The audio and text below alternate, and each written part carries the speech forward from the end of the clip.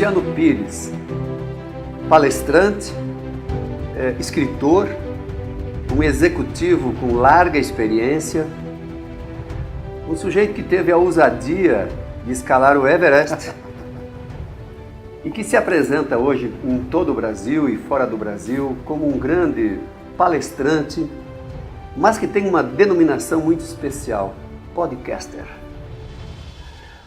Luciano Pires, bem-vindo, é um prazer falar contigo. Obrigado. Toda vez que eu tenho a oportunidade de conversar com alguém que lida com conhecimento, compartilha conhecimento e que de alguma forma contribui para o mundo ser melhor a partir do uso intensivo desse conhecimento, é uma satisfação enorme, é um exercício que vale a pena fazer. Essa nossa conversa tem a tendência de explorar essas suas diversas áreas de atuação e principalmente colocar em sintonia a quem nos assiste com tendências também, né? Coisas que você vem explorando há algum tempo. E eu vou começar por aquilo que o identifica na atualidade. E aí você pode reproduzir um pouco a sua história que chegou até isso. Sim. Mas lá no início dos anos 2000, o Luciano Pires resolve escalar Everest. O que aconteceu, afinal, que culminou com esse desafio imenso e que traz hoje, de alguma forma, contribuições para a sua vida profissional atualmente? Na verdade, bom, primeiro, muito obrigado pela oportunidade aqui. Para você que está olhando a gente aqui, eu devo estar com a adrenalina mil, porque eu estou saindo de uma palestra, né? Acabei de fazer uma palestra aqui no Sebrae, e para um grupo muito interessante, 2 horas de palestra, e a gente sai de lá renovado, né?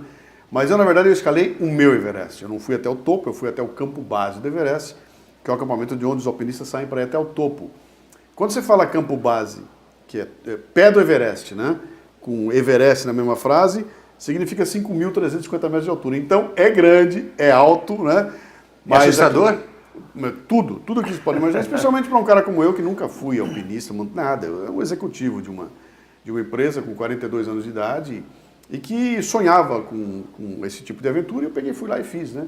Que é uma caminhada até o campo base do Everest, que não é a coisa mais complicada do mundo, mas para quem nunca fez, para quem estava fora de forma e tudo mais, realmente é uma mudança bem grande. E te coloca em situações que você, 15 dias caminhando, com a mochila nas costas, onde o que você tem para fazer é caminhar, daquela forma, você não tem como não pensar na vida, né?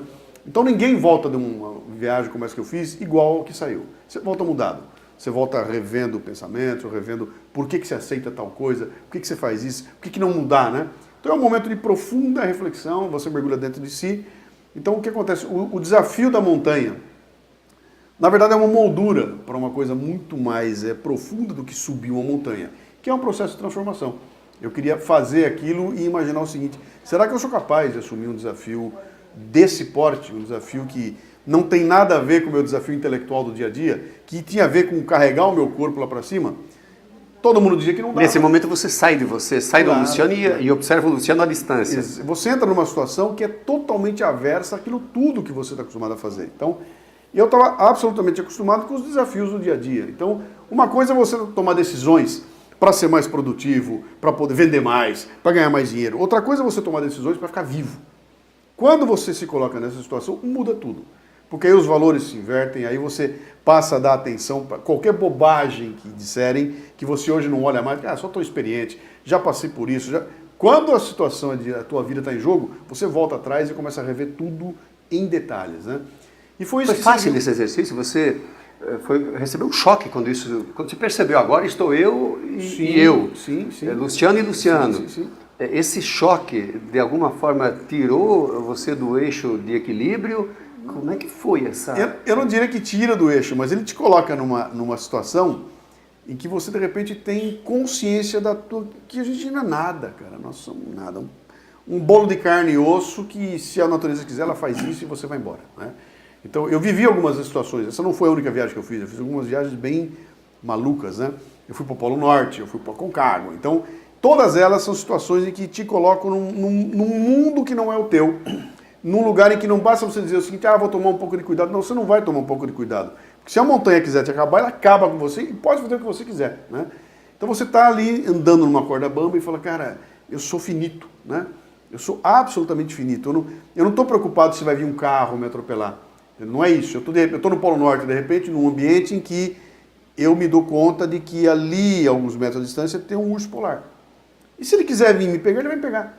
Então, quando você se sente assim, você fala, cara, eu não sou nada aqui, eu estou no ambiente dele, ele é que manda. Se ele quiser, ele me pega. Eu não tenho onde correr, eu não tenho uma porta para me esconder atrás. Quando você se vê nessa situação, muda tudo, cara. Eu vou fazer uma questão, levantar uma questão agora, Luciano, que talvez provoque em você uma reação de até perplexidade em relação à dificuldade de fazer comparações nesse âmbito do ângulo que eu vou pegar.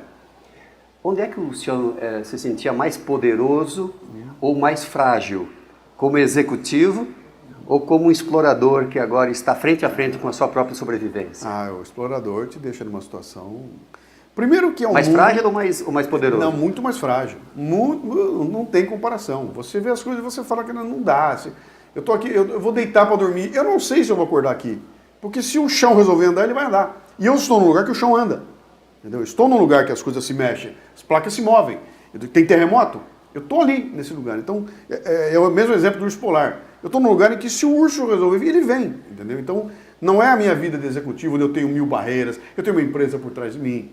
Se eu tomar uma decisão errada, eu tenho como buscar, tem saídas, eu tenho um banco que empresta o dinheiro, eu tenho 1000 lugares, tenho amigos para recorrer. Lá, tem artifícios que te protegem de alguma forma. Lá, cara, não tem nada, você não tem para quem ocorrer. Então, é aquele momento em que você volta para as origens, volta para a natureza, e aí você é você. Aí você fala, cara, eu não sou nada, entendeu? Talvez um momento de encontro com tua essência. O título que você tem não serve para nada, o dinheiro que você tem no banco não serve para nada, nada do que você tem serve para nada. Ali é você, e eu tenho que sair vivo daqui. Entendeu? Então, essa é uma situação que quem não está acostumado realmente dá uma bugada, como a gente diz. Buga, né? Porque você fala, cara, eu posso morrer. E essa situação está real na tua frente. E a gente não sabe lidar com isso. Você não sabe lidar com isso. Você sabe lidar quando é o seguinte, olha, se eu atravessar a rua, um ônibus me pega e eu posso morrer. Eu sei lidar com isso. Né? Se eu pular de um prédio, eu sei lidar com isso. Agora, num ambiente de natureza, onde você não tem nível de comparação, eu não consigo determinar a altura daquela montanha, porque não tem nada perto. Eu não tenho, isso aqui é tudo novo, né? Então, te bota numa situação que é muito legal como um exercício. A gente que fala tanto em inovação, né? Inovar é isso. É você se colocar numa situação que é totalmente diversa.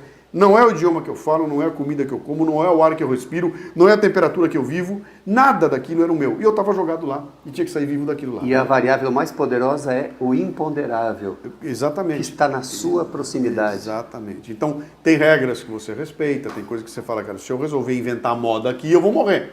Então não dá para inventar moda, você vai se colocar naquela situação interessante. O alto executivo que fala 3 idiomas, que estudou na universidade, estudou em Michigan, aquele negócio todo, meu chefe era um Sherpa, que se bobear não sabia escrever. Que era cara que não falava muito mal o inglês, e naquele momento ele é o líder. Entendeu? E você vai atrás dele e obedece tudo que ele falar para você, porque aquele é o ambiente dele.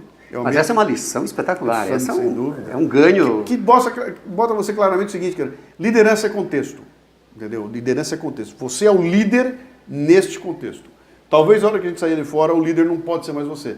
Tem que ser o seu Zé faxineiro, porque naquele contexto, o exemplo que eu costumo dar é o seguinte, você tem uma ideia de criar uma empresa nova, uma startup.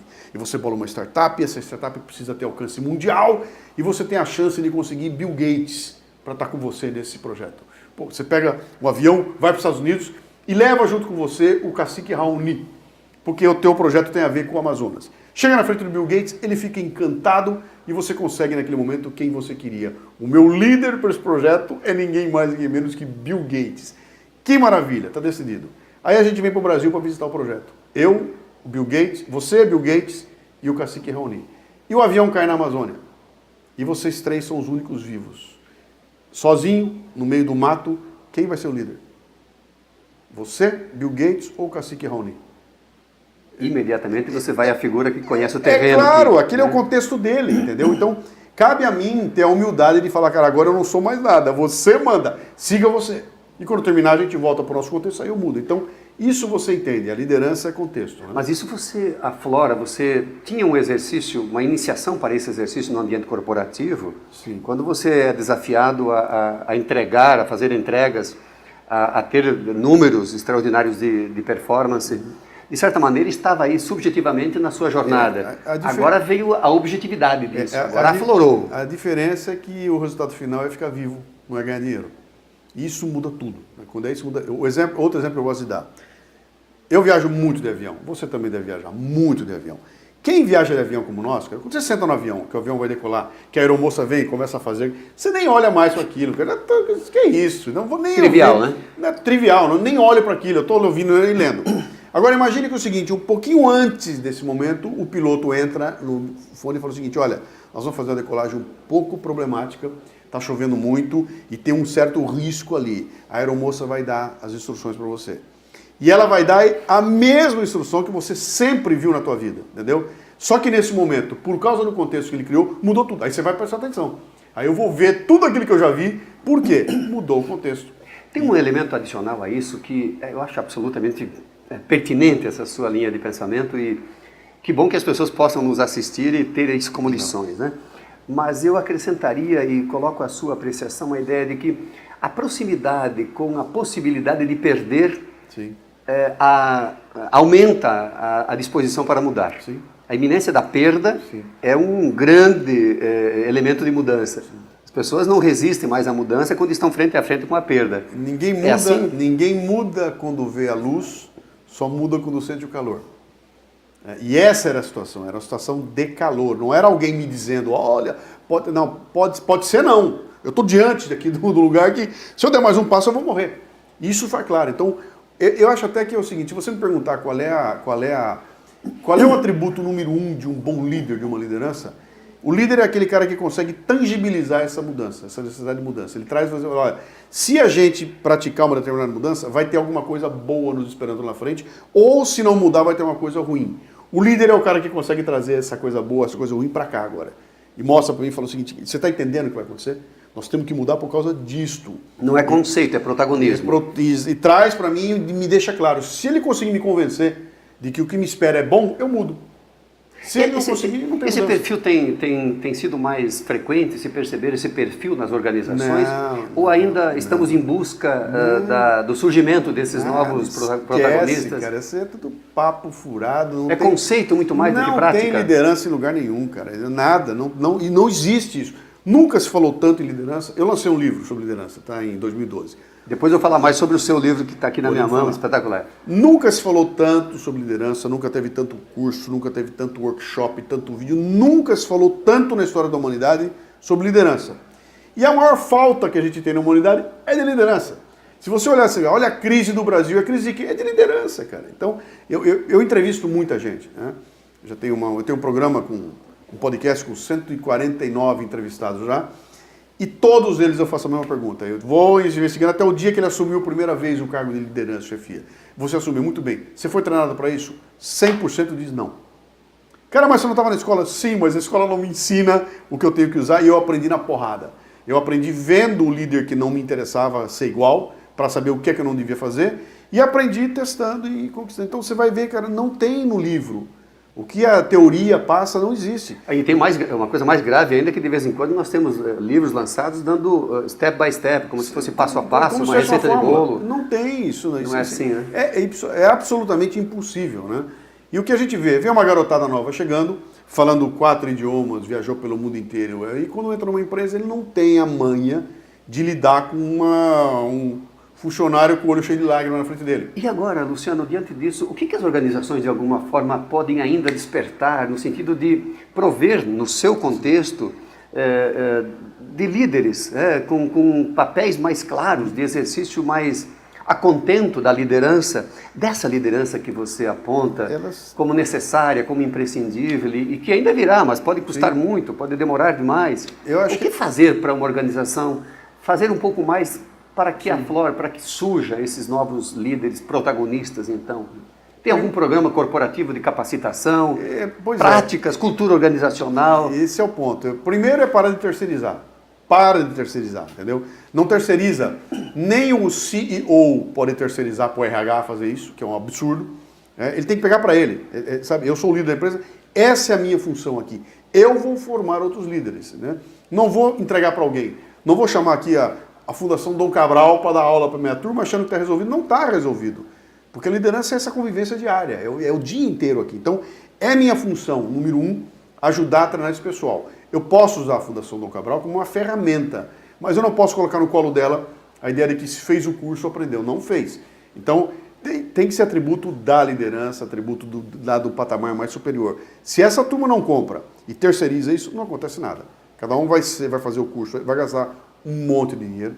Como eu vejo, gasta-se dinheiro por todo lado e a eficiência que você busca não acontece.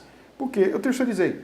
Trouxe uma coisa encaixotadinha que serve para a tua empresa, serve para a minha, serve para outra e venho aplicar para o meu povo e não dá. Até porque as situações, de maneira geral, elas não estão pré-escritas. O cotidiano de um líder não tem um script pronto, montado, não tem um roteiro. Você passará durante a jornada por determinadas situações de dificuldades. Sim. Isso não está pré-elaborado. E tem mais uma coisa. E a tua reação nessa situação é diferente da minha. Entendeu? Então, nós podemos os dois passar pela mesma situação e a solução que você aplicou ali, e se eu fizer, não funciona. Entendeu? Eu não consigo, porque você não sou eu, a tua reação não é minha, a pessoa que está do outro lado não é igual a sua. Então, a situação é mesmo. Vamos dar um exemplo aqui. Estou diante de mim com uma funcionária que ela é mãe, ela está com o filho doente, ela está desesperada porque não consegue curar o filho, ela vem trabalhar, não consegue performar, ela precisa sair, ela não pode tirar férias, aquela confusão. Você lida com isso de uma forma, eu lido de outra. A tua funcionária minha é uma, a minha é outra. Se eu pegar a tua receita que você fez com ela e aplicar igual, pode dar tudo errado. Porque se você não contextualizar isso aí, a tua fórmula não serve para mim. Então, desculpa, pode esperar. Não, e o grande lance é que as pessoas não trabalham essa questão do contexto. Né? Então, legal, vou pegar aquele livro japonês, que conta uma experiência do japonês, que deu muito certo, trago para cá, aprendo o que aconteceu, contextualizo, e aí eu vou ver se existe alguma coisa que serve naquela fórmula dele. Provavelmente não toda. Eu vou pensar o que é bom e montar a minha própria fórmula. Por quê? Porque nós estamos lidando com pessoas. E aí eu queria entrar num outro viés em que pese ser pessoas o ponto central. É preciso ter um repertório muito mais rico. Sim. Talvez aí unindo questões até um pouco distantes, né? O conceito, a teoria. É desejável que se tenha uma boa bagagem, um bom domínio conceitual, mas não se valer apenas deles. E, de outro lado, que se possa validar esses aprendizados todos no ambiente de aplicação deles. Sim. A tua proposta tem muito ligada com isso. Esse repertório para o exercício dessa liderança situacional precisa também ser mais enriquecido, criar a partir daí novas versões do líder até então desafiado a atender papéis relativamente conhecidos. Fazer uma reunião, fazer demissão ou admissão, definir metas, estabelecer parâmetros de desempenho, avaliar performance organizacional com seus indicadores, enfim, todos os elementos da gestão, mas você propõe outra coisa. Ações táticas. Que estão relativamente ao domínio. O meu ponto é o seguinte, qual é a base para mim? É a tua capacidade de discernimento, julgamento e tomada de decisão. Esse é o grande ponto, entendeu? Então, discernir, julgar e tomar decisão. Discernir é diferente de julgar. Discernir é aquele momento em que você olha para duas coisas e percebe a diferença entre elas e não julga. Entendeu? Olha, tem duas pessoas aqui. Neutralidade nesse momento. Essa pessoa é gorda, esta é magra. E daí? Daí nada. Eu estou vendo que um é gordo, eu discerni os dois. Agora eu vou julgar. Tá? Eu preciso contratar um alpinista para escalar rapidamente um prédio. O gordo não vai conseguir, o magro consegue. Eu comecei a julgar. Tá? Agora eu estou julgando. Então, isso é discernir, julgar e tomar decisão. Se você não tiver um repertório rico, tua capacidade de discernimento e julgamento fica minúscula. Você não tem capacidade de olhar o todo e vai começar a buscar rótulos. Vou começar a pegar rótulos dos outros. Eu pego o rótulo, boto na tua testa e acabou. Deixa eu ver como você está se vestindo aí, coxinha. Rotulei, você é um coxinha. Vemos agora o que aconteceu no Brasil, nesse período de eleições, né? Ou você é fascista, ou você é comunista. Dois rótulos.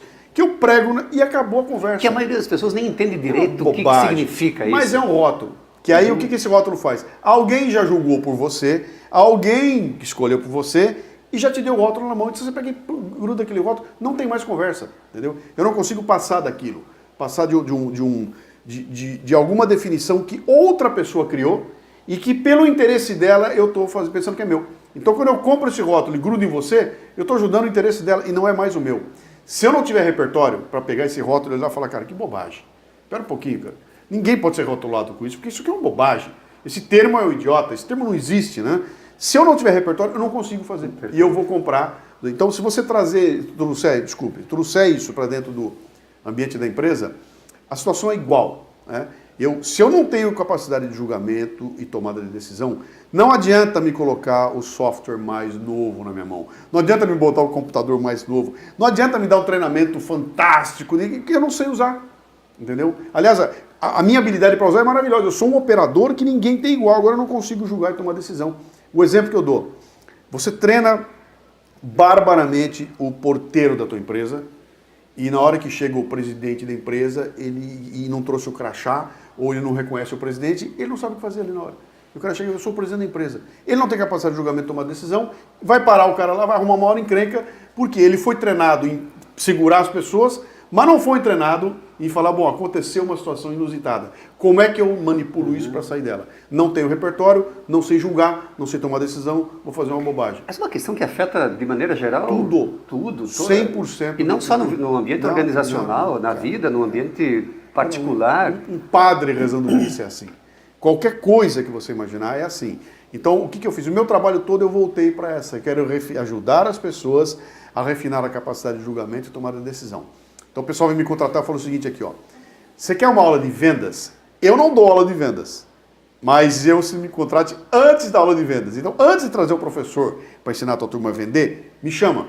Porque eu vou mexer na cabeça dessa molecada e vou preparar os caras para receber o conteúdo da aula de vendas. Então, eu estou além do tático, né? Ou aquém da tática. Então, qual é a tática? Eu vou ensinar você agora a usar uma ferramenta.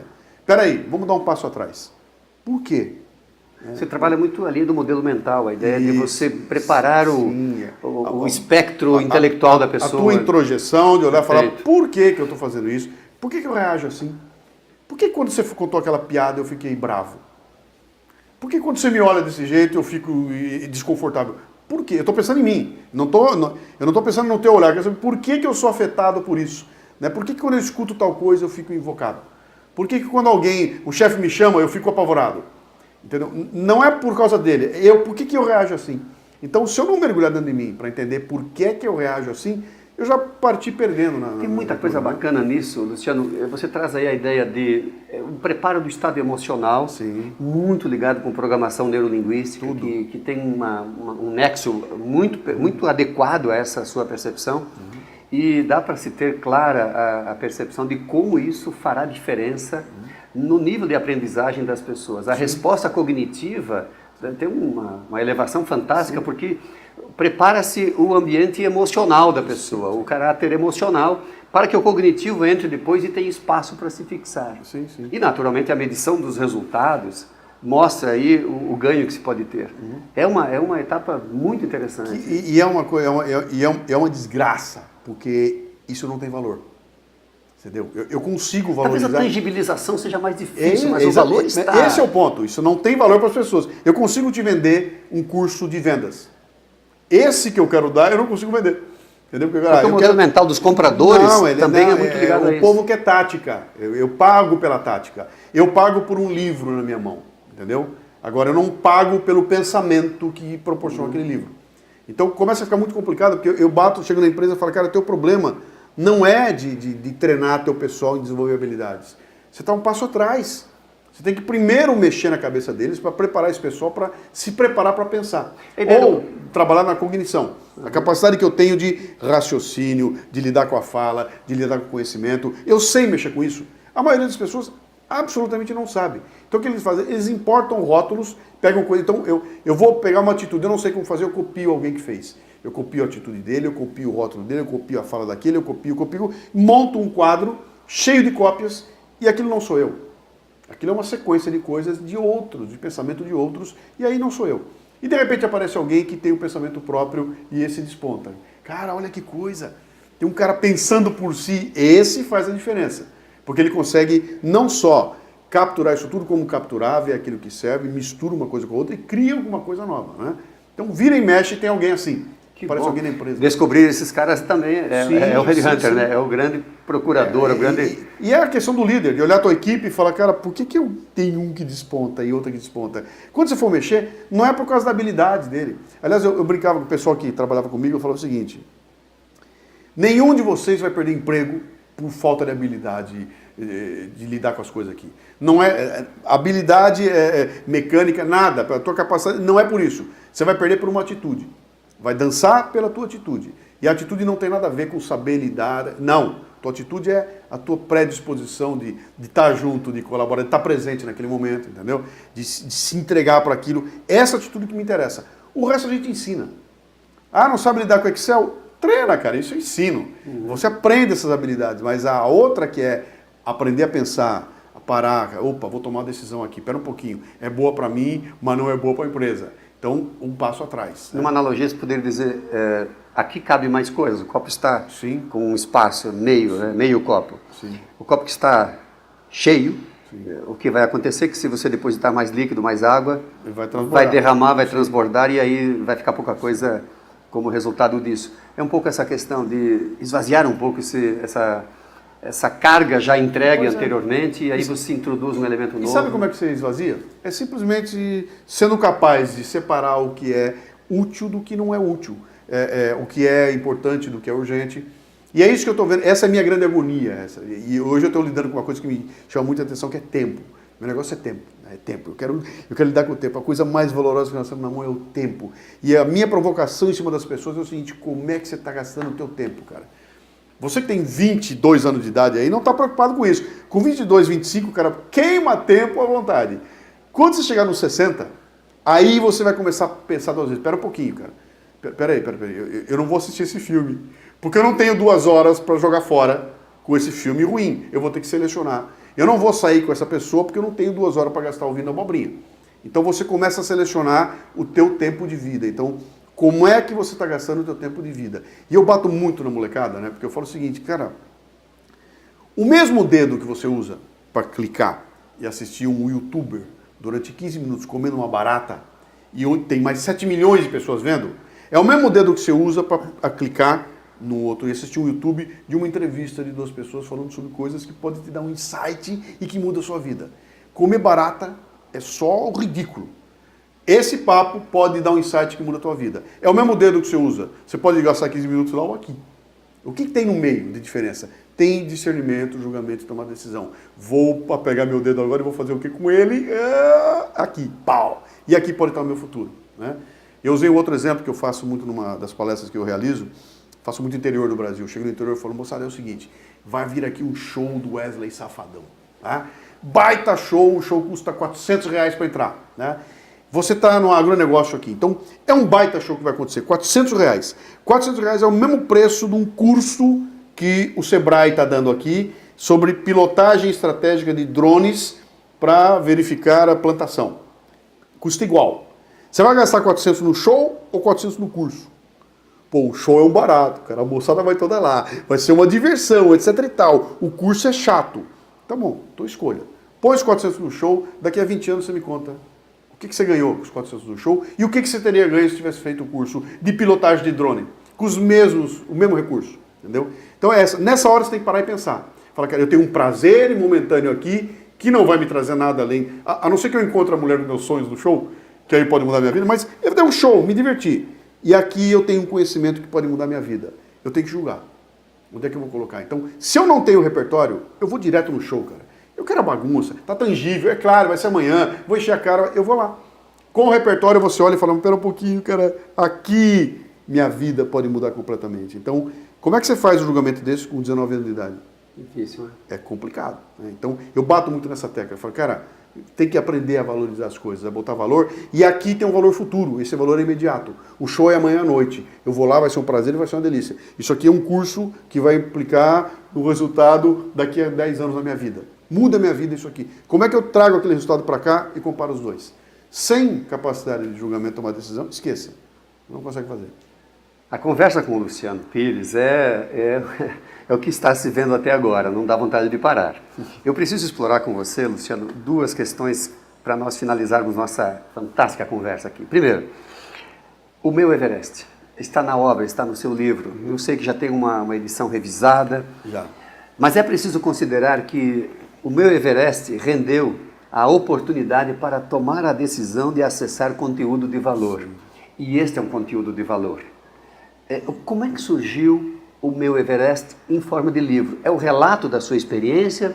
Você acrescentou mais elementos?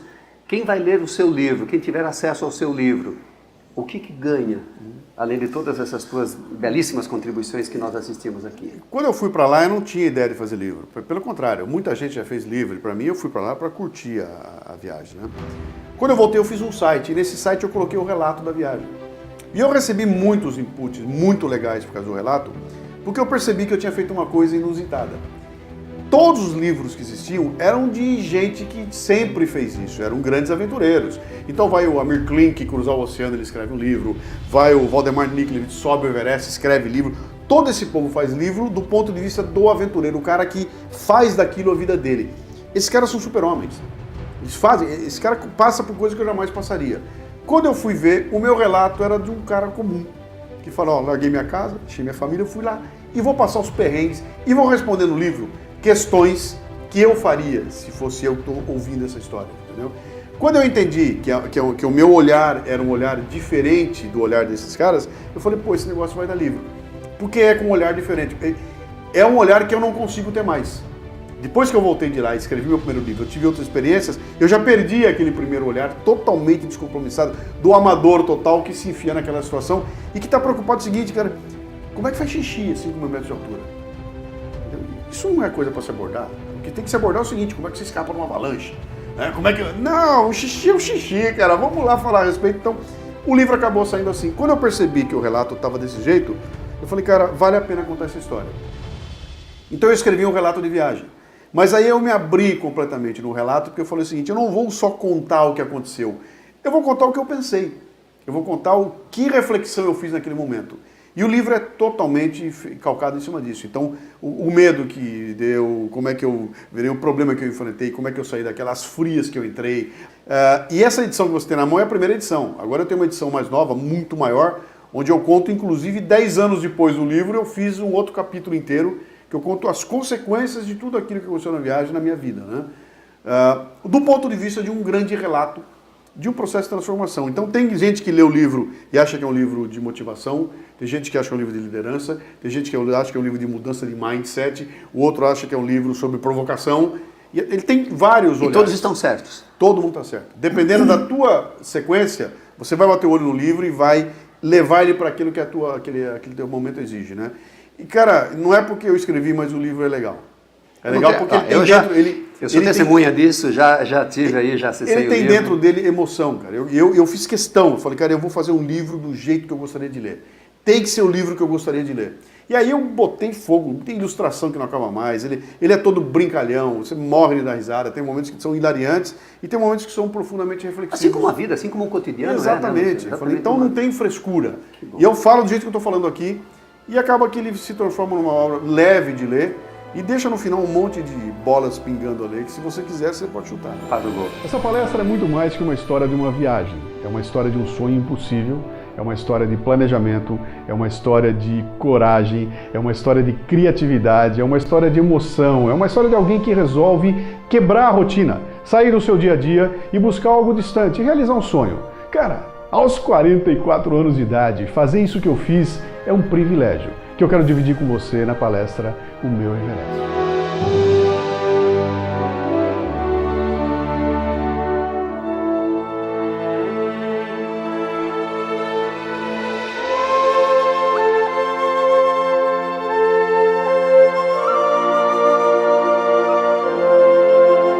Bom, para finalizar, Café Brasil Premium. Sim. O que é e como as pessoas podem acessar essa sua disponibilização de conteúdo de valor para interferir na melhoria da vida das pessoas? Como é que surgiu? O que é, na verdade, Café Brasil Premium? Então, eu não sabia que já nos anos 80 eu era um criador de conteúdo, o que está na moda hoje, né? O que você faz? Eu sou um content. Não, eu já era nos anos 80, já fazia isso desde o final dos anos 70, já criava conteúdo de montão. Minha formação era cartunista, eu faço cartoons, né? E eu fui procurando canais para comunicar com o mercado. Então, um canal que acabou se tornando a minha profissão, eu virei palestrante, passei a contar histórias como palestrante, e na tentativa de ampliar esse alcance, eu fui para o rádio, montei um programa de rádio, e o programa de rádio virou um podcast. Podcast é um arquivo de áudio, que é produzido, no caso por mim, de forma independente, e que vai para a internet e desce no teu telefone celular. Não importa o celular que você tem, se estiver conectado à internet, ele tem acesso gratuito a podcasts. E ali eu comecei a publicar conteúdos sob forma de podcast. Então toda semana chega um podcast novo, onde eu conto dessas coisas que estão acontecendo aqui, falo de música, falo uma pancada de coisa lá.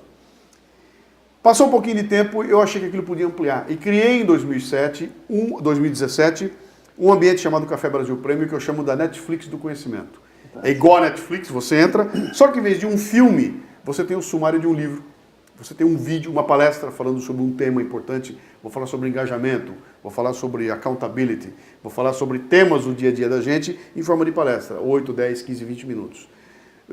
Tem um ensaio, eu escrevo ensaios, eu pego um tema aí, propósito. Vamos falar de propósito? E faço um ensaio. Sai lá 44 páginas com ensaio.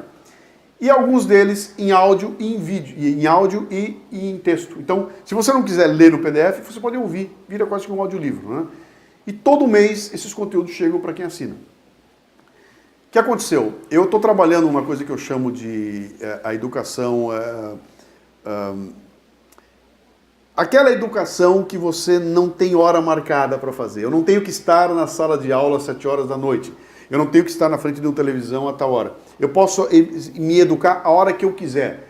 Eu posso estar na fila do banco e eu tenho que estar me educando. O que eu faço? Eu pego essa coisinha maravilhosa que está no meu bolso e enquanto eu estou na fila do banco esperando para ser atendido, eu estou ouvindo e estou recebendo conteúdo pertinente. Né? Vou levar o cachorro para passear. Estou ouvindo. Vou lavar louça. Eu estou ouvindo. E esse ouvindo não é ouvindo música, que é fantástico, mas é ouvindo alguns inputs intelectuais. Então eu pego conteúdos que são complexos, deixo mais simples e jogo dentro do Café Brasil Prêmio. Então o assinante recebe aqui e começa a dar um valor extra a uma atividade que ele já fazia. Eu já vou gastar algum tempo na academia treinando meus músculos. Isso enquanto eu estiver treinando o músculo, eu estiver conectado, ouvindo um relato sobre uma viagem, uma aula de inglês, um relato sobre comida, sobre educação, sobre cultura, não importa. O assunto que você quiser, tem alguém fazendo um podcast. Né? Então eu trouxe isso para dentro desse modelo e consigo fazer baixar aqui, inclusive o livro. Se você vier aqui, você baixa o livro e lê o livro no teu celular. Né?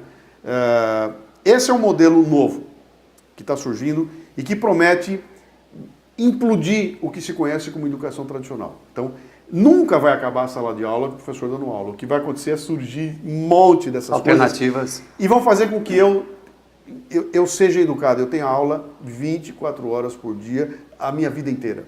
Eu não vou parar com 90 anos. Eu com 90 anos eu vou estar me aproveitando disso aqui. Não vou até a escola ter aula, mas vou estar treinando aqui. Isso está acontecendo agora.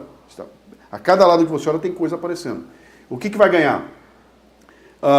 A tecnologia está na mão. Todo mundo tem acesso a ela, você pode usar à vontade. Os conteúdos é que vão estar surgindo e que vão estar mostrando. Então, por que eu iria no conteúdo do Luciano? Cara, porque ele faz de um jeito que ninguém mais faz. E o jeitão dele me interessa. Ah, mas eu não gosto da voz dele. Então procure outro que você gosta, né? E essa multiplicidade que está na mão da gente e está trazendo uma liberdade como nós nunca experimentamos. A minha liberdade de produzir e a tua de ouvir. Entendeu? Você não está mais preso à grade da televisão, à grade do rádio, a estar na escola. Você está livre. Eu posso decidir estudar a hora que eu quiser, do jeito que eu quiser, quanto eu quiser, quando eu quiser. Você monta a sua matriz curricular. Você faz. E está na tua mão, já pode fazer. Isso é liberdade. Muito bom. A conversa com o Luciano, como eu havia antecipado na abertura, é riquíssima. O meu Everest é muito mais do que a escalada de... É um processo de transformação. É muito mais do que essa escalada, é um processo efetivamente de uma transformação fantástica. Luciano, que você continue a fazer essa brilhante melhoria dos ambientes por onde você passa, que as lideranças que você toca tenham esse mindset realmente impactado e modificado para esse novo exercício. Nós tivemos a oportunidade de assistir Luciano confirmar essa fantástica linha de pensamento, a capacidade de argumentação. O bom disso é que o convite está feito. O Luciano continua. vai permanecer em contato pelos seus canais. Sim. E este momento de conversa é, a meu juízo, extremamente rico, oportuno para se ter ao alcance de todos, de uma forma leve, aberta. Basta direcionar o dedo na hora de selecionar. Exatamente. O que é que você quer ver. Exatamente. Luciano, muitíssimo obrigado. Eu agradeço. Saúde. Excelente, excelente teu trabalho, muito legal esse espaço aqui. Espero que o teu canal continue voando alto. Com pessoas assim fica muito mais fácil. Obrigado. Muito obrigado.